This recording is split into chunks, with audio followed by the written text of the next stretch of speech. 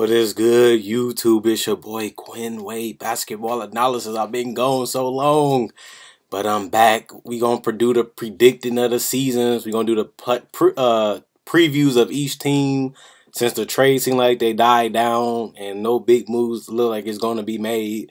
I want to do what to expect for every team, but first you got to do the top five. Then we're gonna do the best top 10 players in the league. But first, you're going to start with the top five at each position. So keep watching all the videos because there's going to be a lot of them coming out over the next couple days. But we're going to start today with the top five small forwards in the NBA. This is one of the toughest positions because there's so many great swingman. Jimmy Butler became a small forward. He'll be going back to the shooting guard next season, so he would not be on this list. Jimmy Butler is one of the best players in the league. He played small forward with the Bulls this year, but he's going back to shooting guard in Minnesota. So he won't be on this list for people that's looking for him. So let's start it off. This is my opinion. We can debate about it in the comment section. Be respectful. Be open-minded to other people's opinions when you're debating. We don't have to get in arguments or nothing like that. Just have fun and talk about sports. That's what the channel is supposed to be, debating about sports and state analysis. So, number one, this is going to be a very unpopular decision, but Kevin Durant, I've been saying that for the last 3 years since he won MVP in 2014. Even though he didn't get out of the second round of the playoffs, he beat his first round series, then lost to Memphis. But Kevin Durant can shoot the three, knock down mid-range, he can post up, he can get out in transition, he can shoot free throws at 80 to 90%. And on top of that, he shoots over 50%. And his defense has always been good, but his defense was even better this year, being a better rim protector, being paid more attention to the defense, and he tried harder, and they helped him get a championship. Obviously, it's hard to lock down LeBron. Iguodala slowed him down. Kawhi Leonard slowed him down. But Kevin Durant won the Finals MVP. He beat LeBron James on one of the best teams LeBron ever played on, which is this year Cavs. And he beat them in 5. I know they got Steph. I know they got Clay. But to close out what's so-called the best player in the world in 5 games, that's very difficult, especially with the team he owned this season. I think this is one of the best teams LeBron has ever played on, and Kevin Durant and Steph Curry and was able to close it out in 5. And another thing, Kevin Durant is one of the clutchest players in the league. I know that he slipped a little bit against Golden State last year, but he made for it this year against Utah, against Cleveland. He just destroyed them, especially in Game 5, the game that mattered the most. They kept throwing the ball to Kevin Durant, and he answered time and time again. Every time Cleveland made a run or got close, Kevin Durant wanted the ball in his hand, and he delivered.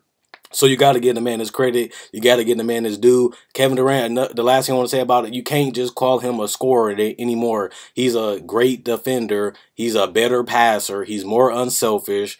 And he can rebound. He can be efficient. He can do damn near anything he wants to on the court. And that's why he won MVP, because he averaged 32, 7, and 5 on 50 and 40 almost, and 90 from the free throw line. And he did have a 50, 40, 90 season.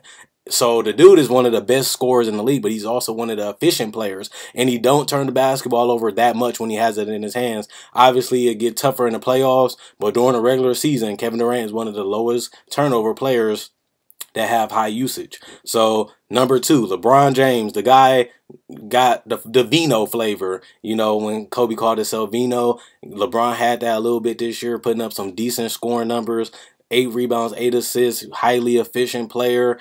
But LeBron has become a player that just puts up a lot of stats because he do pick when he want to score. He gets a lot of his points off transition baskets, and he has so much floor spacing that when he does attack, he only attack when he has the right matchup or the court is wide open, or he can just run into the paint, get a layup or a dunk or a foul. Not to minimize what LeBron do, but I have to be real with you at the same time. LeBron became a better three-point shooter this year. His defense, to me, I feel like he declined, and sometimes I feel like LeBron don't want it enough. I feel like LeBron has been living off talent these last couple seasons he's been in Cleveland.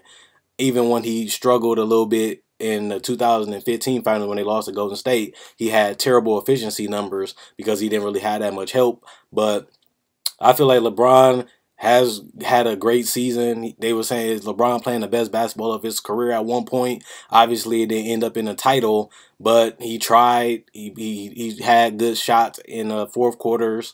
but sometimes it wasn't enough. So he averaged a triple-double in the playoffs, but they went home in 5 games. So don't play too much into averaging a triple-double, and don't play too much into the stats, because sometimes stats can lie if you don't watch the real game and watch how they're really scoring the baskets, watch how they're really putting up the stats, because some stats can be empty. Like bad players on bad teams, Michael Carter Williams will put up Rookie of the Year numbers, but his stats was bad, but he put up a lot of stats because his team was trash. So you got to watch out for that too. Number 3 is Kawhi Leonard, one of my favorite players. I've been a Kawhi Leonard fan for years, and he has got only better. He got way more fearless in the fourth quarter. He takes way more tougher shots now. He can create a shot off the dribble. He can post up. He can shoot the 3 off the dribble, shoot the 3 off the spot up, come off screens, layup, dunk, hook shots over both shoulders, floaters, one-handed leaners, free throw percentage, field goal. The only thing he got to work on now is his passing. He's one of the elite defenders, one of the best defenders in NBA history, because he won 2-time Defensive Player of the Year. He has a lot of All-NBA first-team selections already, and I think is only going to continue to improve. He basically has to stay consistent to become a Hall of Famer. He's on pace to be a Hall of Famer already. He already won a championship. He already became a Finals MVP. He already went to the Finals twice. He already became a multiple-time All-NBA, All-Star, and All-Defensive Team. He just got to do it consistently for the rest of his career. And Kawhi Leonard, the sky's the limit. He might be the best player in the league in a couple years, because the dude basically has no flaw, besides that he's not the best decision maker, but he hasn't improved that a lot over the years. It's still not at an elite level, but is at a great level. And he's becoming more of a leader. He didn't have Tim Duncan this year. He carried the team to 60 wins. And on top of that, he made it to the Western Conference Finals without Tim Duncan. That shows you how great this player has played, how hard he has practiced, and hard work does pay off, because now we're talking about him as one of the top 5 players in the league. And nobody's seen that years ago, but now it's becoming a reality because of his hard work and his work ethic. Number 4 is Giannis. He's become one of the best players in the league, became an all-star. He made the playoffs twice already and made the playoffs last year. He hasn't got out of the second round. That's why I can't put him too high. He's a highly efficient player. He has to improve his jump shot. He has to improve his consistency on that too. He can't just shoot when he want to shoot. He got to be able to rely on that jumper, and he just can't do it right now.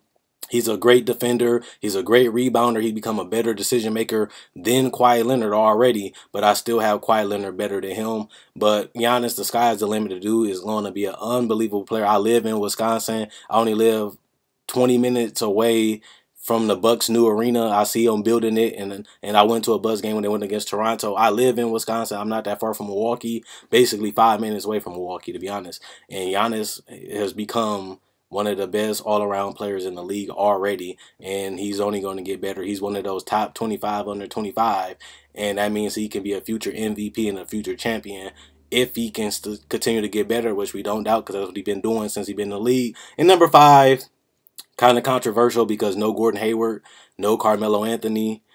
I got to go with Paul George. You know, he almost beat Cleveland this year. CJ Miles flopped. He missed a couple game-winning shots. They kept fighting back. They kept getting close. They had a big lead on Cleveland, couldn't close out the game. Paul George is still a decent defender. He still is a tough shot maker. He still can knock down shots near the clutch, not game winners as much. But he's a big shot taker, big shot maker, solid defender. Became a great passer in the playoffs. He averaged 8 assists, I believe, or 7. He can rebound the ball. He's long, he's lanky, and he's going to be playing Russell Westbrook, so it's going to take some pressure off of him. And all I can say is Paul George is a guy that now, since he has another star again, his second best player was Lance Stevenson, Danny Granger, and Roy Hibbert. That shows you how great Paul George is to go to 2 Eastern Conference Finals, with your best player being Danny Granger at the max. And your second best player after that was Roy Hibbert and Lance Stevenson, and you still won 50 games, became the #1 seed in the East, and you still went to 2 Eastern Conference Finals. Y'all sleeping on Paul George. He's still coming off that injury, but he put up better efficiency numbers from the field, 46% from the field.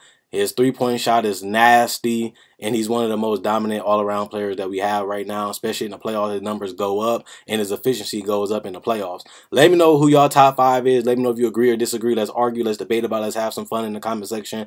Quinn Wade, Basketball Analysis, signing out. Check out my other videos. Check out my website, analysisplayground.com. Like on Facebook, analysisplayground.com. A link will be in the comment section and in the description below.